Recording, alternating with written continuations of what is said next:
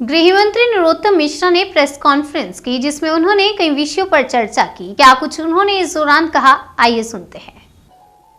मित्र, उनने क्या आदेश निकाला है वो तो देखता हूं, पर वास्तव में वैक्सीन तो लगवाओ। ये जीवन की डोज है हमारे। ये कोरोना की जैसी पेंडेमिक महामारी, ये उससे रक्षा करने की डोज है। मोदी जी ने मुफ्त में लगवाई है, अरबों खरबों रुपया खर्च हुआ है इसमें। अच्छा, इससे लगाने से कोई नुकसान तो है नहीं, फायदे ही फायदे हैं।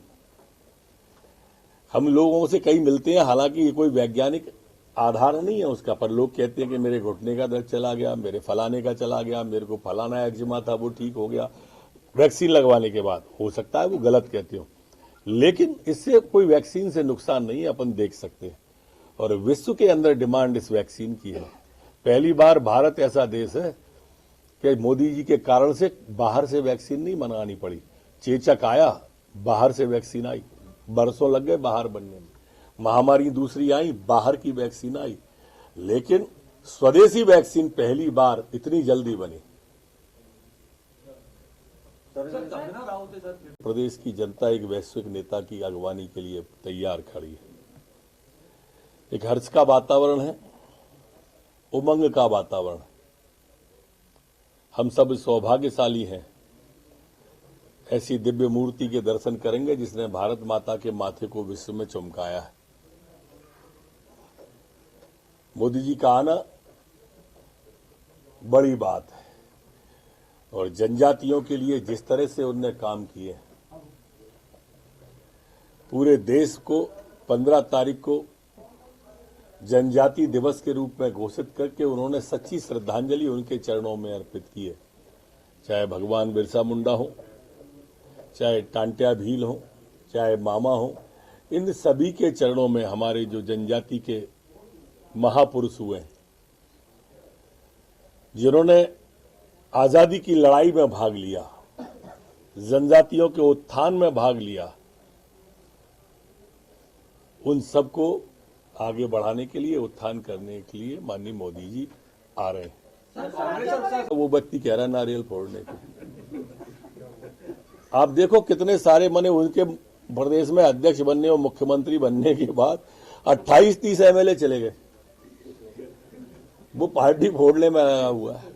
भाई विकास तो उसने किया नहीं, तो वो नारियल कहां से फोड़ते? तो सर क्या कांग्रेस छोड़ के क्या बीजेपी में अजय सिंह आ रहे हैं? आप 4-5 नहीं, ऐसी अभी कोई बात ही नहीं है, ये विषय ही नहीं है। आज कोई चुनाव थोड़ी है। सर सिंगरौली कलेक्टर और क्योंकि उन्होंने वो है जो तुलना की है, बहुत निंदनीय पुस्तक उनने छापी है। दरअसल हिंदुत्व को खंडित करने का, हिंदू को जाति में बांटने का कोई अवसर ये लोग छोड़ते ही नहीं। अपने भारत देश को खंडित करने का, भारत तेरे टुकड़े होंगे इंशाअल्लाह इंशाअल्लाह के बाद सबसे पहले राहुल गांधी गए थे ना, वो वही विचार है जिसको सलमान खुर्शीद आगे बढ़ा रहे हैं।